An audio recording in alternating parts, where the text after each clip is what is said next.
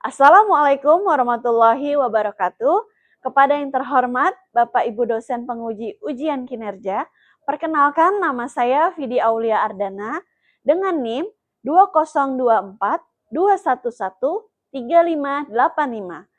Mahasiswa PPG Guru Tertentu tahap 1 tahun 2025. Program Studi Pendidikan Biologi di LPTK Universitas Kuningan. Pada hari ini saya akan melaksanakan praktik pembelajaran dalam rangka penilaian uji kinerja di SMA Muhammadiyah 9 Kota Bekasi dengan materi sel di kelas 11. Demikian perkenalan saya, sekian dan terima kasih. Selamat menyaksikan. Wassalamualaikum warahmatullahi wabarakatuh. Assalamualaikum.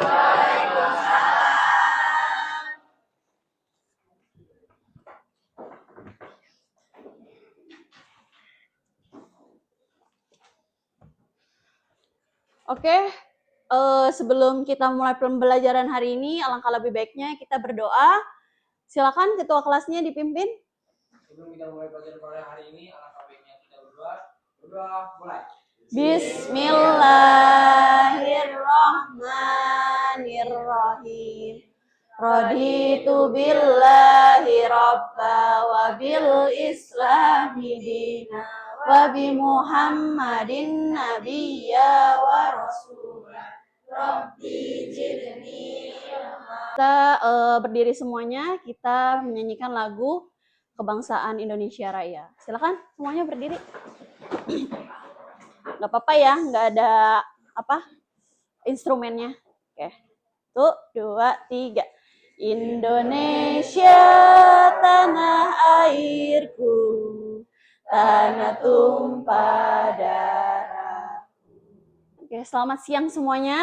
Siang. Oke, apa kabar hari ini? Alhamdulillah baik ya. Mungkin ada beberapa di sini temennya ada yang berhalangan hadir, mungkin karena sakit atau izin dan lainnya. Semoga kita doakan yang sakit, kita doakan segera sembuh, sehat, biar bisa kembali lagi ke sekolah ya. Oke, berapa orang yang tidak hadir hari ini? 4 orang. 4 orang. Terdiri dari 34 siswa. Berarti yang hadir pada hari ini ada 30. Akan mengadakan satu ice breaking karena ini berada di jam siang ya. Ya biar menumbuhkan rasa semangat, biar nggak pada ngantuk. Ice breakingnya itu hanya tangannya aja yang bergerak ya. Nggak usah badannya, nggak usah semuanya, nggak usah bergerak. Ice breakingnya yaitu ada 3 cuaca atau 3 keadaan, yaitu ada pagi, siang, dan malam. Mungkin ada yang udah tahu? Tahu. Apa? Gimana? Ya, tepuk aja. Ya, kalau pagi tepuknya 1 kali, kalau siang 2 kali, kalau malam enggak. Kalau malam enggak lah, kan nggak boleh bersuara, nggak boleh berisik, ya kan? Jadi instruksinya nanti saya acak. Ya. Oke. Siang, pagi, malam. Pagi, siang, malam. Siapa tadi? Vino ya? Ya, apa? Ya. Tujuan pembelajarannya yang pertama, peserta didik, berarti kalian ya, mampu mengidentifikasi bagian-bagian sel dan fungsi organelnya melalui kegiatan eksplorasi dan pengamatan visual. Kemudian yang kedua, peserta didik mampu menganalisis hubungan antara struktur dan fungsi organel sel dalam konteks kehidupan sehari-hari. Nanti kita akan mengkaitkan sel itu kalau dalam kehidupan sehari-hari kita tuh contohnya seperti apa gitu ya. Yang ketiga, peserta didik mampu menunjukkan sikap tanggung jawab kolaboratif dan 6 orang berarti ada 6 kelompok. 30 siswa ya tadi ya. Ya, silakan bergabung dengan kelompoknya masing-masing.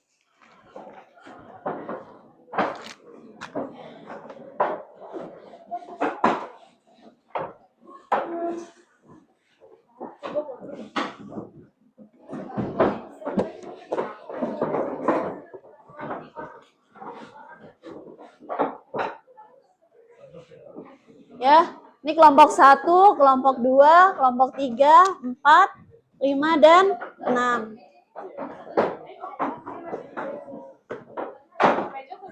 Ya, mejanya silakan disatukan. Atau senyamannya kalian aja bagaimana.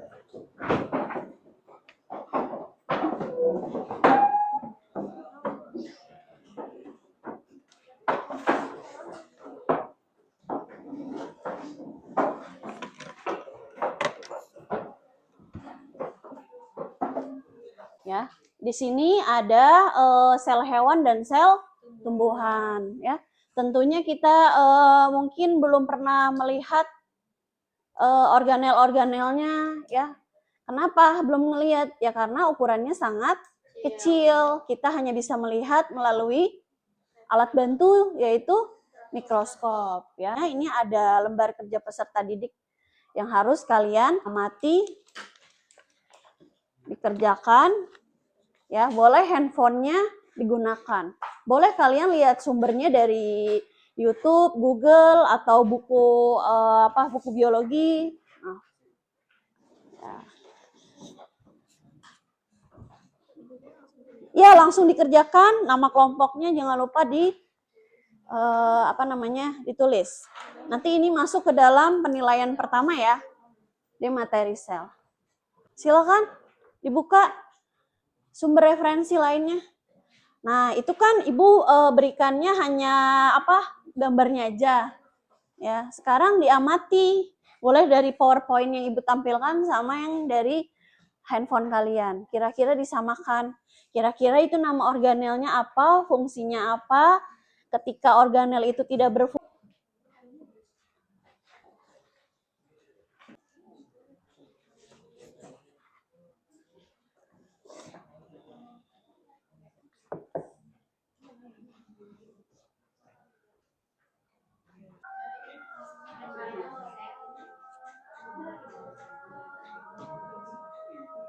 10 menit lagi ya.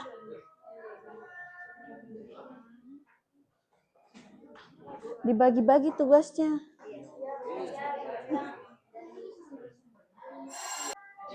Untuk kelompok 1, nanti pembahasannya mengenai gambar nomor 1 dan nomor 2. Ya. Ini kelompok 2, berarti nomor 3 dan 4. Tapi nanti lengkap ya, menyebutkan nama organelnya, fungsinya, dan jika tidak berfungsi kenapa. Gitu. Ya. Assalamualaikum warahmatullahi wabarakatuh. Kemar ke sini. Jadi di sini kami ingin menjelaskan tentang dua organel sel yang bernama nukleus dan Golgi kompleks. Ya. Yang pertama nukleus. Fungsi dari nukleus itu untuk mengatur aktivitas sel dan menyimpan informasi genetik. Yang berarti nukleus adalah inti dari sebuah organel sel. Dan jika nukleusnya tidak berfungsi, maka dapat menyebabkan kematian pada sel dan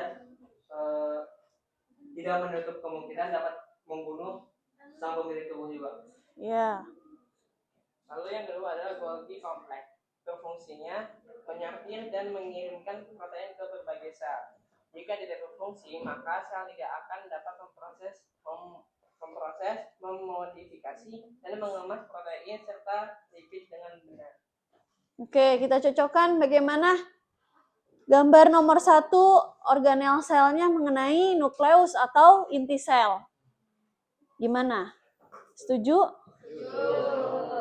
Ada yang salah mungkin? Aman ya? Oke, udah jelas itu. Oke, berarti benar. Nomor 1 adalah nukleus. Nomor 2? Tadi apa? Golgi kompleks. Gimana? Atau badan Golgi, ya, badan Golgi. Ya, badan Golgi. Di situ ada ya? Mana? Ya. Kalau ya keduanya ada ya, ada di sel tumbuhan, ada di sel hewan. Ya. Oke. Silakan duduk. Silakan kelompok 2, gambar nomor 3 dan nomor 4. Langsung aja. Kalau enggak kamu pindah aja ke sini. Ya.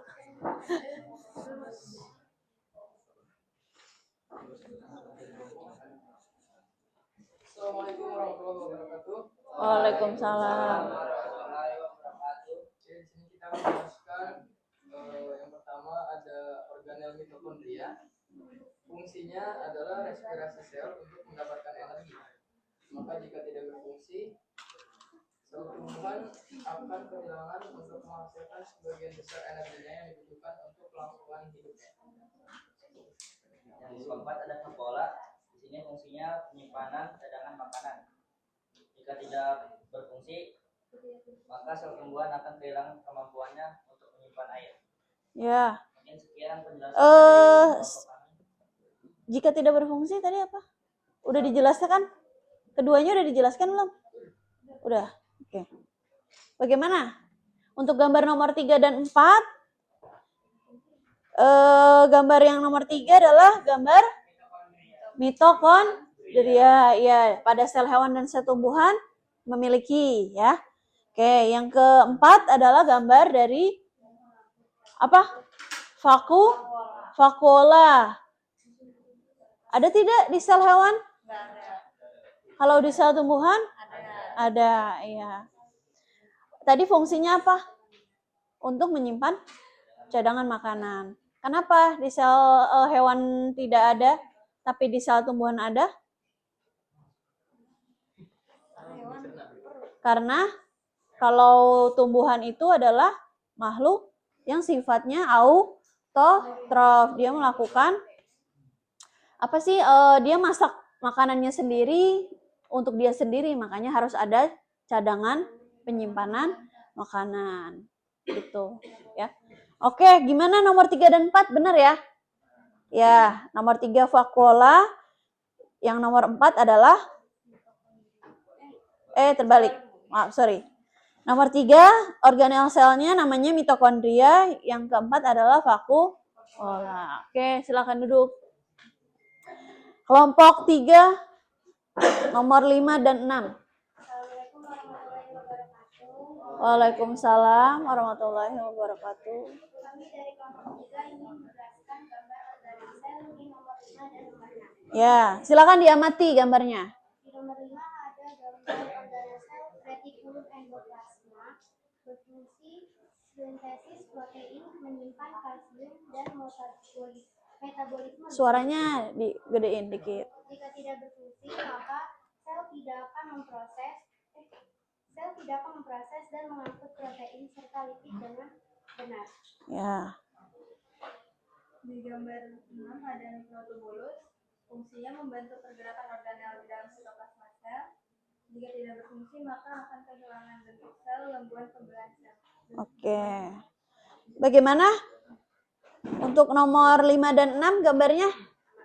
Sepakat kalau nomor 5 itu adalah retikulum endoplasma.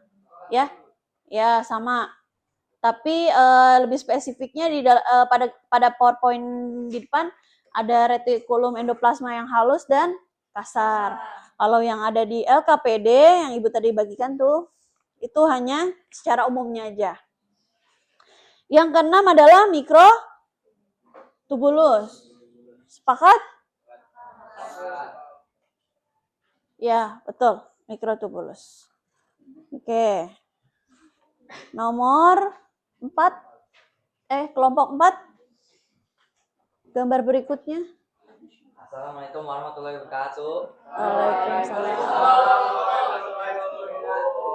Kami kelompok 4 akan menjelaskan gambar nomor 7 dan nomor 8. Gambar nomor 7 yaitu sentriol berperan dalam fase pembelahan sel dan untuk perkembangan embrio setelah pembuahan.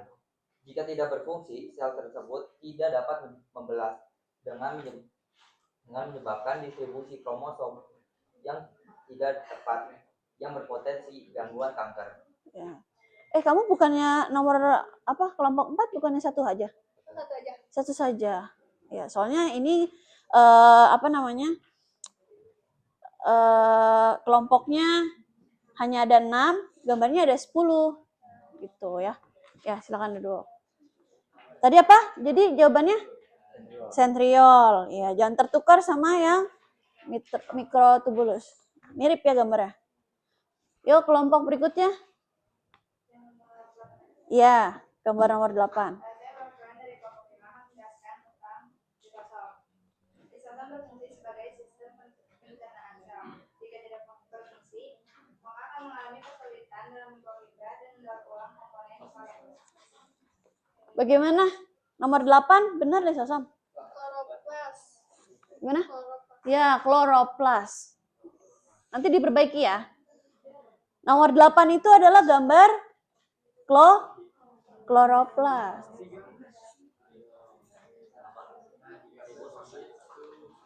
Gimana?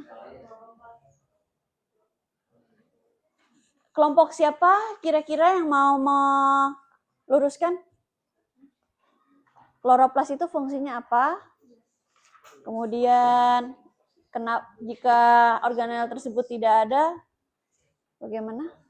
Oke. Silakan menghadap ke teman-temannya, Rizka. Kloroplas berfungsi sebagai tempat terjadinya fotosintesis. Jika tidak berfungsi, maka kloroplas fotosintesis akan terganggu yang mengakibatkan tanaman tidak dapat membuat makanan sendiri. Ya, tepat. Ya, gambar nomor 8 adalah kloroplas. Hanya ada di tumbuhan. Ya. Beda ya, bedanya tumbuhan sama hewan kan, kalau tumbuhan itu kan mengalami fotosintesis, kalau hewan tidak. Oke, kelompok terakhir di gambar nomor 9 dan nomor 10. Nomor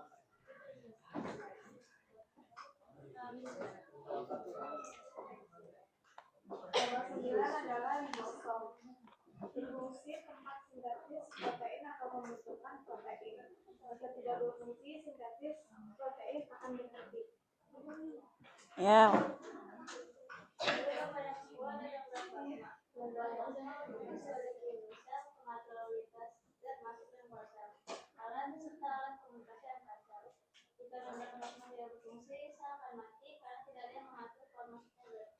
Oke. Gimana nomor 9 dan 10? Sebelum kita bahas lebih lanjut mengenai organel-organel sel dan fungsinya, hari ini akan saya luruskan ada 3 topik pembahasan yang akan kita bahas. Ya, yang pertama teori mengenai sel, kedua tipe sel, dan yang ketiga struktur sel dan fungsinya. Oke? Ya, penemuan sel dan teori tentang sel. Jadi sel ini ditemukan oleh ilmuwan Inggris yang namanya Robert Hooke. Robert Hooke ini dia meneliti sebuah sayatan gabus. Kamu tahu gabus? Styrofoam. Ya, dia itu meneliti ternyata dia mengamati di dalamnya itu terdapat apa? Ruangan kecil yang kosong. Gitu ya. Sehingga dia menamainya dengan sel gitu, atau ruang-ruang kecil. Pernah kan kamu melihat styrofoam? Ya itu kalau diperbesar, diamati itu ada ruangan-ruangan kosongnya lagi.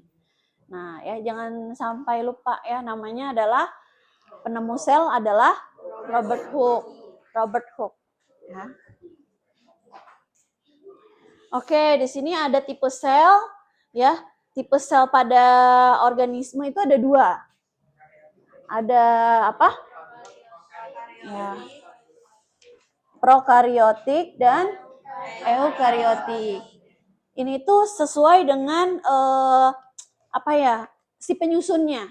Kalau untuk sel prokariotik biasanya dia organisme yang sederhana yang biasanya juga kita tidak bisa melihat langsung dengan mata telanjang ya.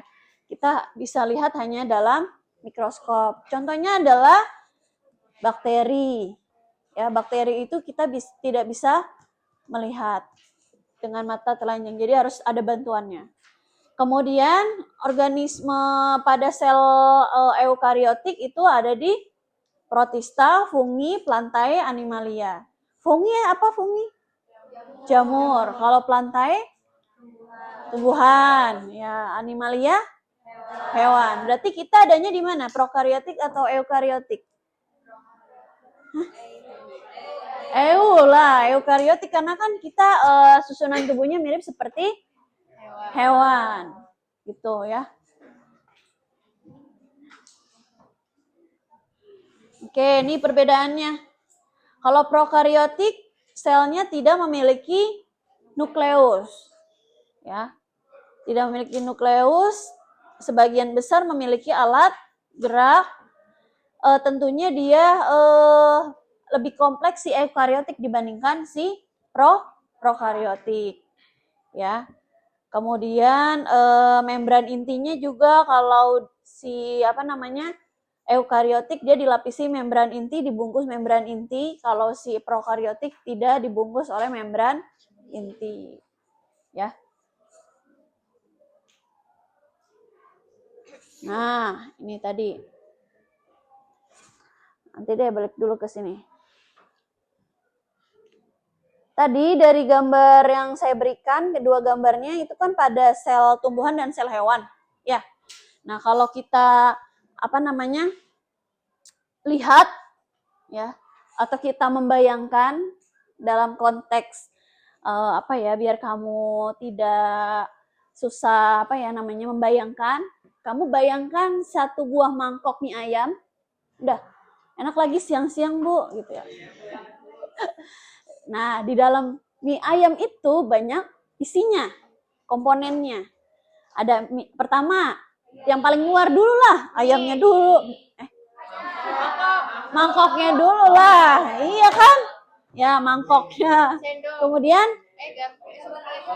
gambar ayamnya, sendoknya, garpunya, kemudian ada mie-nya, ada pangsitnya, sayurnya, sayur sawinya, kemudian ayamnya, baksonya, kuahnya, bumbunya, ya enggak? Sausnya, sambalnya, kecapnya, ya banyak dah. Nah, kalau dibayangkan sel itu seperti itu. Berarti bagian luarnya adalah yang melapisi paling luar adalah, kalau dalam sel adalah membran sel. Gitu ya. Kemudian, kamu pernah membayangkan di antara kedua sel ini, antara sel tumbuhan dan sel hewan, kalau sel tumbuhan, kira-kira organel apa yang ada di sel tumbuhan tetapi tidak ada di sel hewan? Dinding sel, kloroplas, vakuola. Apalagi? Peroksisom? Ya, peroksisom. Ya, yang tadi aja deh, 3 deh. Tadi apa? Ulangi. Dinding sel, kloroplas, dan vakuola. Ya. Jadi kalau kalian amati, kenapa di sel tumbuhan itu ada yang namanya dinding sel? Kenapa di hewan tidak? Karena hewan bergerak. Kalau misalnya ada dinding sel pada sel hewan ataupun sel manusia, kita hanya bisa berdiri tegak dan kaku. Kamu pernah mengamati nggak pohonan? Kan hanya berdiri tegak.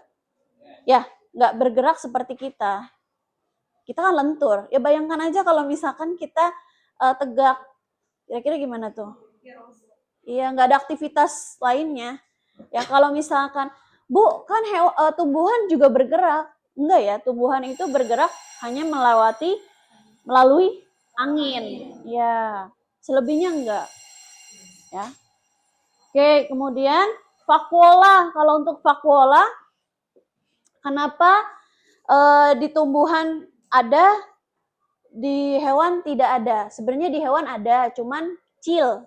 Karena tidak terlihat, makanya hanya nampak adanya di sel tumbuhan. Karena tadi yang udah Ibu pernah pertama kali sekilas ya memberikan info bahwa sel tumbuhan itu sifatnya adalah autotrof. Dia membuat makanannya sendiri. Terus apa lagi? Ibaratnya dia masak sendiri, membuat sendiri, buat dirinya sendiri. Bahannya dari apa bahan dari fotosintesis? Cahaya matahari, air, oksigen. Oksigen mah hasilnya. Karbon dioksida. Ya, iya. Hasilnya baru oksigen. Ya. Nah, jadi sel tumbuhan itu vakuolanya besar, yaitu karena tadi menyimpan cadangan makanan. Terus apalagi tadi setelah dinding sel, kloroplas? vakuola ya. Berarti vakuola sama kloroplas menunjang, sama-sama bekerja sama. Karena kalau kloroplas kan tadi untuk berfotosintesis. Kalau makanannya sudah dibuat, baru disimpannya di vakuola. Gitu ya. Nah, kemudian tadi ada beberapa organel sel yang udah Ibu cantumkan di LKPD ya. Ada 10 organel sel. Fungsinya apa, namanya apa. Ketika organel sel tersebut tidak berfungsi, maka apa yang terjadi di dalam sel tersebut? Ya, 1 contoh apa 2 contoh? Tadi ya. Ibu mencontohkan 2 saja maksudnya. 1 contoh misalnya kalau dalam konteks kita, kehidupan kita, misalnya pada nukleus. Nukleus itu tadi apa? Inti sel. Inti sel itu fungsinya apa? Mengontrol kegiatan aktivitas seluruh sel dan menyimpan materi genetik. Pada kehidupan kita, Ibu kasih contoh 1, contohnya adalah Pak supir deh. Pak supir yang membawa sebuah truk gitu ya. Ibaratnya komponen organel selnya adalah di dalam truk itu, misalnya ya, ada pasirnya, kemudian batu bata misalnya. Nah, Pak supirnya ini adalah si inti sel yang mengatur seluruh aktivitas di dalam mobil itu, gitu ya. Misalnya nggak ada Pak supirnya, kira-kira mobilnya jalan nggak? Nggak. Sampai ke tempat tujuan nggak? Nggak. Nah, itu salah satu contoh konteks dari kehidupan kita ya. Yang kedua adalah misalnya mitokondria ya. Mitokondria tadi sebagai apa? Ya, atau biasanya disebutnya master of the power of cell. Ya, pinter. Jadi dia itu adalah untuk berespirasi. Ya, kalau kita respirasinya gimana? Kita berespirasi ya. Gimana contohnya kalau kita makan dan bernafas? Itu adalah komponen yang saling bekerja sama antara makan dan bernafas. Kita makan memerlukan energi untuk menghasilkan energi, Kemudian kalau bernafas kita memerlukan oksigen. Kalau misalnya kita sistem pencernaan kita kosong, berarti kan nggak makan. Tapi kita punya oksigen, kira-kira kita melakukan kegiatan aktivitas tuh lemes apa enggak? Ya lemes. Itu keduanya berarti harus seimbang. Sama halnya dengan mitokondria. Mitokondria fungsinya respirasi sel atau penghasil energi. Ada di kedua sel ya. Ya, badan Golgi. Oke, kesimpulannya hasil pembelajaran hari ini, semua makhluk hidup itu terdiri atas sel. Ya. Sel merupakan unit fungsional karena yang yang menyusun si makhluk hidup pertama kali itu adalah sel. Ya, sebelum menjadi individu. Kemarin ya udah kita pernah bahas bahwa sel, sekumpulan dari sel akan membentuk jaringan. Jaringan akan membentuk organ. Organ menjadi sistem organ dan individu ya. Oke, kemudian sel merupakan unit terkecil makhluk hidup yang menjadi komponen dasar. Kemudian sel itu dapat mewariskan sifat genetik dari satu generasi ke generasi berikutnya. Makanya nggak salah kalau kita mirip dengan orang tua kita. Jadi ada pewarisan genetik. Jadi ada yang diwariskan dari induknya kepada anakannya ya. Yang terakhir adalah semua sel berasal dari sel sebelumnya. Oke, saya akhiri pembelajaran hari ini. Kurang lebihnya mohon maaf. Wassalamualaikum warahmatullahi wabarakatuh. Waalaikumsalam.